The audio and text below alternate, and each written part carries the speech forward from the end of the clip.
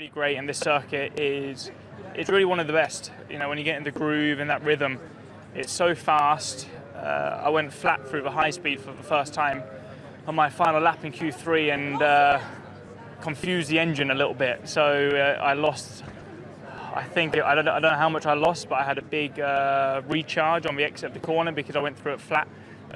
Way too technical for this interview, but that was a bit annoying when it's like, you know, I just nailed it and then I lost a load of speed on the exit.